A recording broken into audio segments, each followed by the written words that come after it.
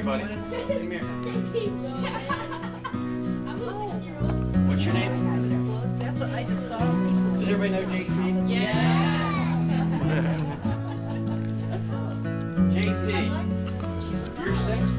Yeah. Are you reading yet? Oh yeah. I read chapter books. Okay? Everybody know what a chapter book is? Yes. Okay. JT reads chapter books. Okay. Where's JT's mom? Or dad? We're all his second mom. Okay. When did JT start reading? 2. 2. Two? Yeah. JT's He's advanced. You're smarter than I am. quite advanced. Yes. Okay. Yeah. Well, this works. So JT, you were reading a long time ago, right? So we got JT over here, and we've got my friend Jose over here. Whoa. Now he's 6 and he's 6. JT's reading, and he's 4. He's 6. He doesn't know what a book is. Who's gonna win? JT. Is there a question? No. Is he ever gonna catch up? Maybe. Maybe is the answer. That's a lovely optimistic. I love that answer. It's maybe, but the answer is probably not. Okay? There's a chance.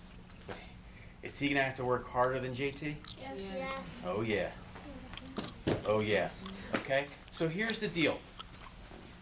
When it comes to book ownership, okay, does everybody know what if I said reading readiness? Does everybody know what I would mean by that? Kind of means if when you enter kindergarten, you're either ready to read or you're already reading. Okay? It's a pivotal moment in your lifetime because you're either beginning to learn through your reading or you're already catching up. Okay? Would you agree that there's probably been billions of children that have entered kindergarten reading ready throughout the course of history? How many of their parents are reading specialists? Very few. Slim to none. Slim to none. Slim just left town, right, JP? The point is that getting children reading ready isn't really that complicated. It can't be because we're not reading specialists and all of our kids are reading ready.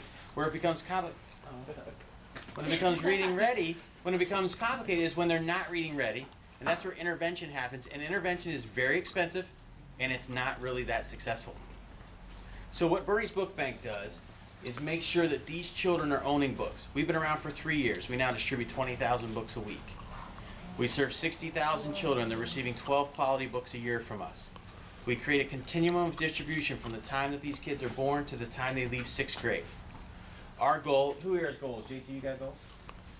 I bet you do. If you don't have any goals, you better go home and write some down. I know he has goals, right? We all have goals. Who here writes their goals down? Not me. I didn't remember. Who here tells somebody what your goals are? Okay, if you don't, if you have goals, when you leave here today, I'm going to challenge you to tell 5 people what your goals are. Why?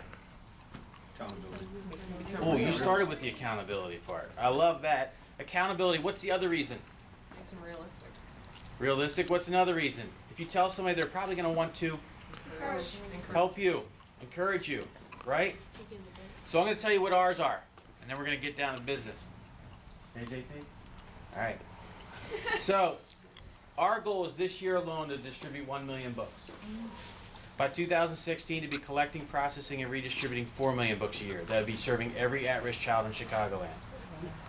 Long term, we want to be an American institution. Okay, those are bold goals. But I just want all of you young ones, and maybe some of the older folks, to remember this. Everything started from nothing. Everything. When it comes to sports, life, whatever it is, you got to have a goal, you got to believe in it, you got to be willing to work hard to achieve it. And if it's something you really want, you got to be okay with somebody holding you accountable. Because if you're not, that's called a wish. Any adults ever wanted something and started and go, I don't think I'm into that. I think I said that this morning maybe, right? That's called a wish. Okay, so why are we standing here? So, long story short, there was a group that, they're a nonprofit, and I think they're a football club, and to raise a little money, they had a couple of their folks that were involved in the program. One that owns this space, and the other one who's in the publishing business. So, I mean, great idea, I think. We got all these books that are overruns. We're going to bring them to this space, and we're going to try to sell them for $1 a piece. Now, in this room alone right now are over 300,000 books. Okay, there's probably $3 million worth of books that you're sitting in front of right now. Okay? These books have been sitting here for 2 years. It's not quite working out the way they thought. Now, good idea, but I think it was, maybe they didn't have the marketing engine or realize the logistics behind it. Okay? So we're getting these books. And it's a beautiful thing because most of these books are sports books. Okay? And what I want you to realize is that the lack of book ownership among at-risk children is not a supply issue. This is just the tip of the iceberg. It's a logistics issue. And that's what we do. And hopefully next weekend some of you, I don't know if they're... Anthony! How you doing? This is my friend Anthony. He introduced us to the club, and he's letting us take the books. So we're so appreciative of the Glencoe Football Club for doing that. And we've actually had some customers here this morning Good. because we opened the doors. Wonderful. But they're passing the books on to us. We will get them where they need to go, and we're very grateful for that. Oh, you're welcome. It's a great cause. Thank you. So what we're doing today is we're going to take some of these. JT, you're going to be in charge of all the rest of these. That's your goal. Right? I'm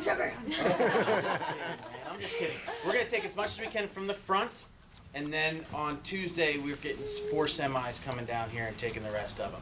And hopefully some of you will come up next weekend. I don't know if it's a different group that's... It's some of us. Oh, there's Gil right there. Yeah. They'll come to the processing center. If you don't get up to the processing center next week, bring your kids up at some other time. It's something you got to see. Okay? Does anybody have any questions? So I do. The processing center is kind of all the time going on. We do about 1,600 volunteer hours a month there. Okay, If you're looking to come, go on to the website under the volunteer tab, Great. and you'll see when we have open times and then how you can set up a group on your That's own. what I would like to do. Okay. Coming But when you're doing this today, okay, you're kind of going to forget what you're doing because you're just going to be coming, getting a box, putting it on a truck, getting a box, putting it on the truck. I want you to remember this guy. Okay? This guy right here. Where are you going, bud? I need your help still. This guy right here was born no different than this guy right here. This guy was given a lot of software in his computer, right? They're born with the same hardware. This guy was given a lot of software. They were given the same hardware for the most part. Okay? We need to give him more software, and then he can achieve anything he wants to. You guys in agreement? Yep. Okay. Little Russ. Okay? So, what's going to happen? This is Russ, Big Russ. This is Little Russ. This is Amy Capelli. These are very, very, very good friends of ours. Hopefully you'll become a very good friend of ours. You all met Anthony. You guys are, I'm going to be directing what boxes we want to take. You're going to take them to the truck. You're going to put them there for him. He's going to pack so it's just going to be one.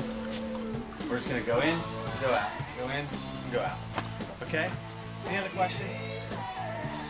Okay. Thank you in advance.